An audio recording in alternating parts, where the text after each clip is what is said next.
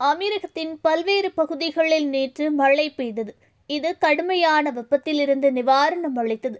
அல்லையின் garden city மற்றும் அல்கதம் சிக்லாவில் இடியுடன் கூடிய மழையும் பெய்தது. அல்லையனில் பெய்த கனமழையின் காணொளி புயல் மையம் சமூக ஊடகங்களில் பகிர்ந்து கொண்டது. மழையுடன் பலத்த காற்று வீசும் வீடியோவானது தற்போது சமூக ஊடகங்களில் பதிவாகியுள்ளது. மழையுடன் பலத்த காற்று வீசியதால் பாதகமான வானிலை நிலவரங்களை கருத்தில் கொண்டு மக்கள் விழிப்புணர்வுடன் இருக்க வேண்டும் என அதிகாரிகள் வலியுறுத்தியுள்ளார்கள்.